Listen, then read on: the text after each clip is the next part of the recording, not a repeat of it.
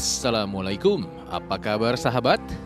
Karena sudah hari Jumat, saatnya kita berkunjung ke masjid yang unik dan bersejarah di Indonesia. Kali ini kita jalan-jalan ke Cilandak, Jakarta Selatan. Tepatnya ke Masjid Babah Alun yang berada tepat di pinggir Tol Desari. Masjid yang didirikan oleh Babah Alun alias Yusuf Hamka ini kental dengan ornamen dan gaya arsitektur Tionghoa. Salah satunya adalah penekanan artikulasi dan simetris di tiap sisi yang memiliki makna keseimbangan. Konstruksi atap bertumpuk dengan ukiran bunga yang ada di bawah kubah masjid menambah cantik aksen Tionghoa dari Masjid Babah Alun ini. Tidak hanya itu, kaligrafi bergaya aksara Tiongkok juga menghiasi tiang masjid yang didominasi warna merah, emas, dan hijau. Interiornya pun tak kalah cantik. Berbagai ornamen dan kaligrafi bernuansa Tiongkok menghiasi dinding masjid. Selain itu, dalamnya kubah masjid pun tak luput dari hiasan kaligrafi berbalut lukisan geometris. Diresmikan pada tahun 2020 lalu, masjid ini menjadi tempat beristirahat sekaligus tempat ibadah sholat bagi pengguna jalan tol tanpa harus keluar tol. Jadi masjid dekat jalan tol itu sangat membantu sekali karena kita kan aktivitas di luaran itu pasti kalau misalkan jam waktu sholat atau apa kalau misalkan terjebak macet segala macam itu kita bisa langsung melipir ke masjid, langsung bisa menunaikan kewajiban kita gitu ya untuk bisa sholat. Masya Allah banget, ini masjidnya juga unik banget gitu. Perpaduan antara gaya arsitektur Tionghoa dan Islam menjadi keunikan tersendiri yang menunjukkan ragam budaya di Indonesia.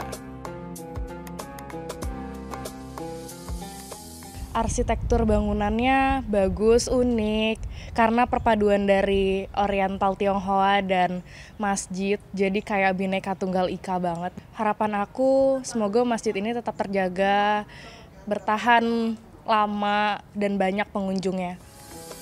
Mempermudah ibadah sekaligus menampilkan indahnya keragaman. Tinggal kitanya deh yang harus tetap menjaga kebersihan dan kerapihan masjid yang cantik ini agar yang lain bisa ikut merasakan keindahannya.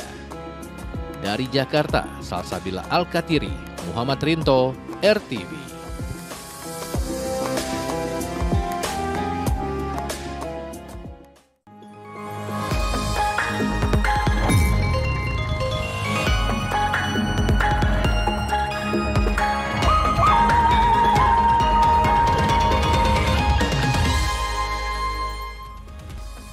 Halo, selamat pagi sahabat RTV, sudah hari Jumat lagi. Bagaimana kabarnya nih? Kayaknya lebih semangat sih. Semangat dong, karena besok bisa istirahat ya di rumah. Betul, ya. sudah jelang akhir pekan ini, sudah hawanya memang agak-agak libur ya, istirahat begitu. Betul, dan tadi kita sudah memberikan informasi terkait dengan Masjid Babah Alun ya, Betul. yang ada di sekitar DKI Jakarta. Kami masih memiliki informasi lainnya di Lensa Indonesia pagi hari ini. Langsung saja bersama saya Ahmad Topan. Dan saya Retno Ayu.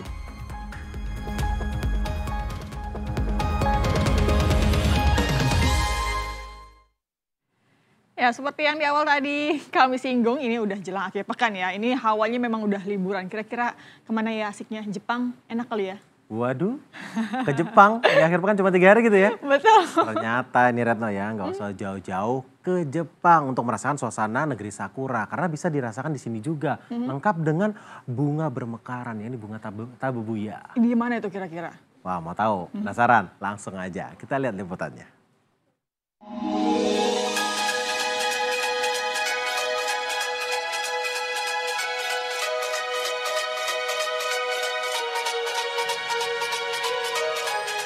Konnichiwa.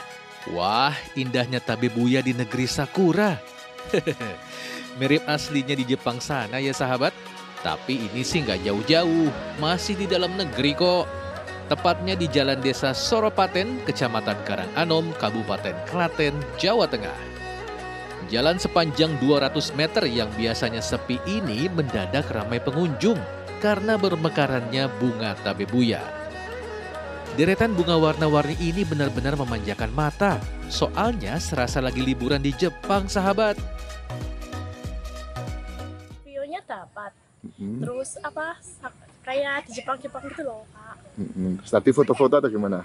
Ya foto sama video. Nuansanya kayak di Jepang gitu ya. Soalnya bisa mekarnya kan bareng-bareng. Indahnya bunga sakura tropis bermekaran ini langsung menjadi tempat wisata dadakan, terutama bagi mereka yang ingin menghabiskan waktu menanti romantisme senja. Hamparan sawah dan kebun jagung di kedua sisi jalan juga semakin menambah asrinya suasana pedesaan. Dari Klaten, Jawa Tengah, Singgih Aji, RTV. Tuh, keren kan, nggak perlu jauh-jauh ke Jepang. Nah, ini abis jalan-jalan ngeliat bunga tabebu ya, biasanya perut keloncongan nih. Nah, kalau udah ngomongin lapar, ini pas banget ada informasi kuliner dari Banjarnegara, Jawa Tengah, di mana ini udah populer banget nih. Oh, tahu saya. Pasti nasi kenduri ayam bakar madu kan? Betul. Yuk, langsung kita lihat ada menu apa aja di sana.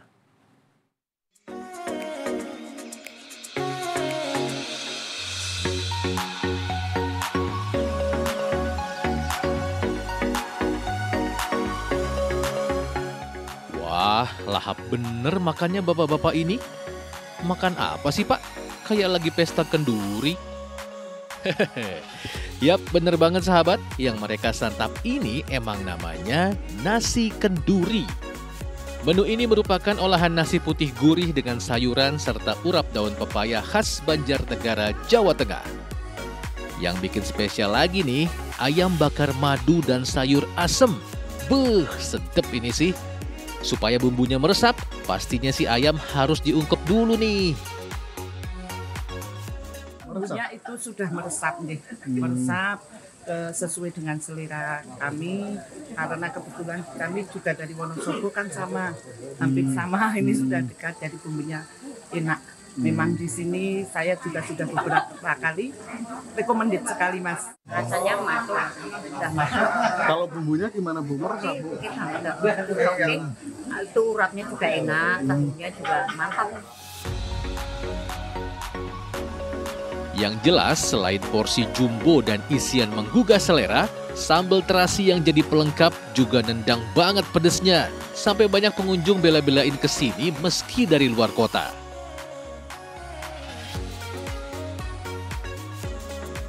Isinya itu terutama dari nasinya juga. Nasinya itu nasi gurih. Itu memang menjadi favorit pelanggan di sini ya Mbak? Iya, itu best seller. Pengunjung jauh juga banyak yang suka. Cukup merogoh kocek Rp38.000, kamu udah bisa menikmati satu porsi nasi kenduri ini. Pokoknya dijamin murah dan kenyang deh sahabat. Dari Banjarnegara, Jawa Tengah, Hendra, RTV. Kita ke informasi lainnya, sahabat RTV warga di Cianjur, Jawa Barat ini geger karena menemukan buaya berukuran besar dan tidak cuma satu ekor tapi beberapa ekor. Ya, kira-kira kenapa buaya ini bisa masuk ke permukiman warga dan dari mana asalnya buaya-buaya ini? Kita simak informasinya.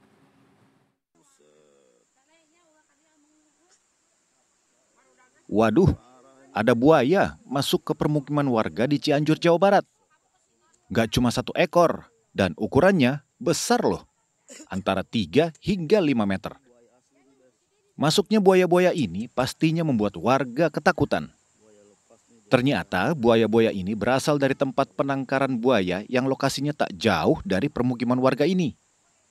Karena hujan deras pada Rabu malam, dinding penangkaran buaya jebol. Sehingga beberapa ekor buaya terlepas dari tempat penangkaran. Kejadiannya jam berapa sih Pak? Pas hujan besar Pak, sekitar jam 8-an ya? Jam 8. Itu buaya-buayanya pada lari kemana atau lepas kemana itu? Harusnya sih di wilayah kita Pak, nggak keluar gitu Pak. Ya, tapi ternyata karena ada bentengnya jebol juga, jadi mungkin ada yang keluar. Ada berapa? Sebelah sana perkampungan? Enggak, sungai Pak. Tapi banyak buaya yang ke... Kayaknya sih nggak banyak. Cuman tadi pagi ada laporan 2 udah dapat buayanya udah. Dengan bergotong royong, petugas penangkaran dibantu warga berhasil menangkap 3 buaya berukuran besar. 3 buaya ditangkap di areal sawah dan sungai di wilayah permukiman warga. Mengingat masih ada beberapa buaya yang belum tertangkap, petugas penangkaran masih menyisir sejumlah lokasi di sekitar permukiman warga. Warga diimbau untuk tetap waspada dan melaporkan jika ditemukan buaya berkeliaran di wilayah permukiman, karena jumlah buaya di tempat penangkaran mencapai 80 ekor. Dari Cianjur, Jawa Barat, Suhendro, RTV. Ya, sekarang kita beralih ke informasi Pilkada, sahabat RTV. 3 Sri Kandi yang maju di Pilkada Jawa Timur ini terus menebar janji ke berbagai daerah. Ya, gagasan apa aja yang mereka bawa dalam setiap kampanyenya kita cek bersama.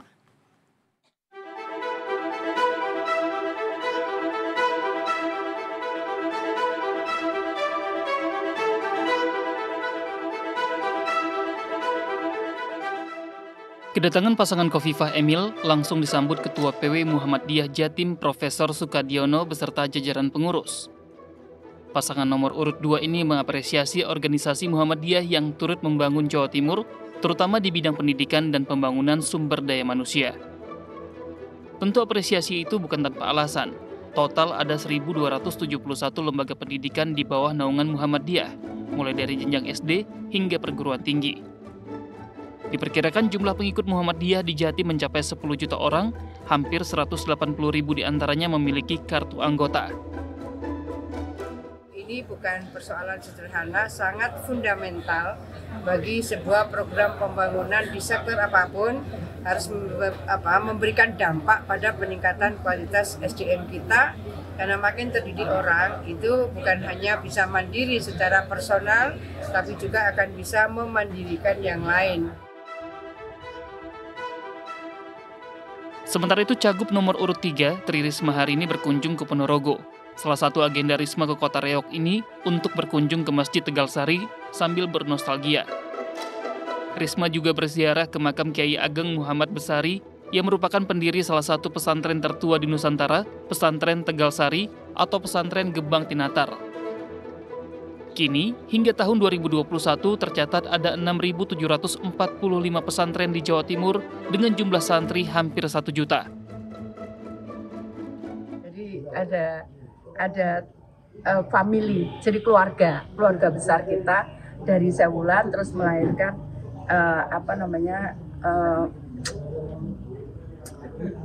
Yayasan Besari, kemudian Yayasan Besari menurunkan dari Yai Hasyim Basari, begitu terus gini. Nah, saya di samping Yai Hasyim Basari. Sementara itu, pasangan Luluk Lukmanul menemui ratusan kader perempuan PKB di Jember, Jawa Timur. Salah satu yang dibahas oleh pasangan nomor urut 1 ini tentang kesejahteraan ibu rumah tangga serta persoalan kekerasan terhadap perempuan dan anak. Selain persoalan ekonomi, banyak aspek lain yang harus diperhatikan untuk mewujudkan kesejahteraan ibu dan anak, baik fisik, psikologi, sosial, dan keagamaan. Skema yang terbaik bagaimana kita bisa mengatasi berbagai kesenjangan yang ada antara wilayah, kemudian desa kota, juga mengadres isu yang terkait dengan kemiskinan, yang terkait dengan SDM, yang terkait dengan ketenagakerjaan atau pengangguran, juga bahkan isu yang terkait dengan kesejahteraan ibu, anak, kasus kekerasan perempuan. Tentunya pendekatan semua kalangan, mulai dari emak-emak hingga agamawan sangat dibutuhkan untuk memenangkan Pilkada Jatim. Namun, cara siapa yang paling jitu? Dari Surabaya, Ponorogo, dan Jember, Jawa Timur, Tim Liputan RTV. Kita ke Pilkada Jabar, ini Cagup nomor urut 2 JJ Wiradinata berkunjung ke salah satu pasar tradisional. Ya, sedangkan Cagup nomor 3 Ahmad Saiku ini menemui emak-emak terutama para janda. Kira-kira apa motifnya? Kita cek bersama.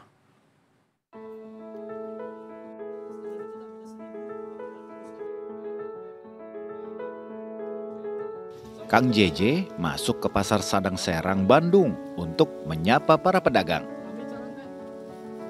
Gak cuma ngobrol sama pedagang, Cagup yang diusung PDIP ini juga melihat kondisi pasar. Bagaimana kondisi pasarnya tuh Kang? Kan biasa pasar tradisional ini kan terlalu lama ya, dan mereka tidak memperhatikan sisi keamanan, risiko kebakaran dan sebagainya. Kalau ini kan mereka akan bersaing dengan pasar modern kan, atau toko modern. Saya kira toko modern harus tetap ada. Ya, tetapi pasar tradisional juga tetap diperhatikan dan dibangun sehingga mereka menjadi satu kekuatan yang saling berdampingan. Data BPS per tahun 2019, jumlah pasar tradisional yang ada di Jawa Barat ada 817 pasar, masih di atas jumlah pasar modern. Artinya, PR besar nih buat Kang JJ untuk bangun dan perbarui pasar tradisional. Kalau Kang JJ kunjungi pasar, Cagup Jawa Barat nomor urut 3 Ahmad Syaiqo kunjungi emak-emak di Bandung. Sambil lesehan, Cagup yang diusung PKS ini mendengarkan keluhan emak-emak, terutama para janda. Loh. Karena ternyata kaum janda masih kurang dapat perhatian dari pemerintah. Aduh. Apa nih program Abah Ahmad Syaiqo kalau nanti mendapat mandat jadi gubernur Jawa Barat? Kebijakan terhadap para janda ini juga kebijakan kalau saja tadi seperti dengan LKS ada lembaga yang memperhatikan. Ya, itu yang nanti kita berikan amanah lembaga itu untuk perhatikan betul seperti halnya anak-anak yatim. Karena tidak semua janda yang ditinggal mati ini dalam penuh kesiapan. Dalam 2 tahun terakhir, total janda yang ada di Provinsi Jawa Barat dengan berbagai latar belakang masalahnya mencapai 215.000 orang lebih. Dan dari jumlah itu, ada 5 wilayah yang jumlah jandanya cukup banyak, yaitu Indramayu, Bandung, Bogor, Cirebon, dan Garut. Masing-masing calon gubernur punya program unggulan untuk membangun Jawa Barat, terutama memberikan jaminan kesejahteraan bagi warga. Nah, sahabat, pelajari program mereka dari sekarang ya. Dari Bandung, Jawa Barat, Bayu Rohman, RTV.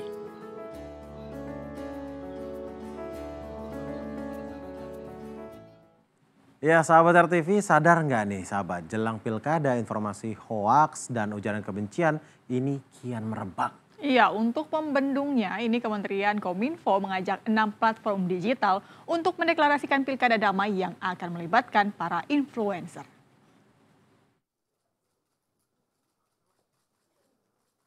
Di zaman medsos, berita hoaks dan ujaran kebencian berseliweran di berbagai platform.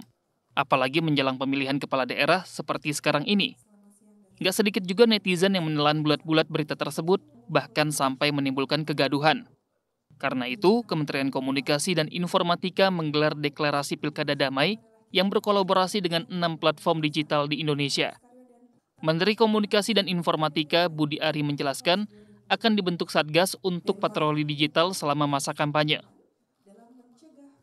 Ada kita libatin juga netizen, influencer apa untuk sama-sama kita jaga ruang digital ini supaya lebih kondusif. Karena target kita ini kan supaya pemilu atau pilkada serentak. Ini kan pilkada serentak 2004 ini kan yang pertama kali dalam sejarah Indonesia kan. Belum pernah kan. Sebelum-sebelumnya ada pilkada serentak langsung 37 provinsi 5 kabupaten kota kan. Dari 6 platform yang diundang, sosial media X yang tidak hadir dalam deklarasi ini karena tidak berkantor di Indonesia. Padahal, platform ini memiliki jumlah pengguna yang besar di Indonesia, yakni 25 juta. Dari Jakarta, Iyas Aprilia, Rizky Priadila, RTV.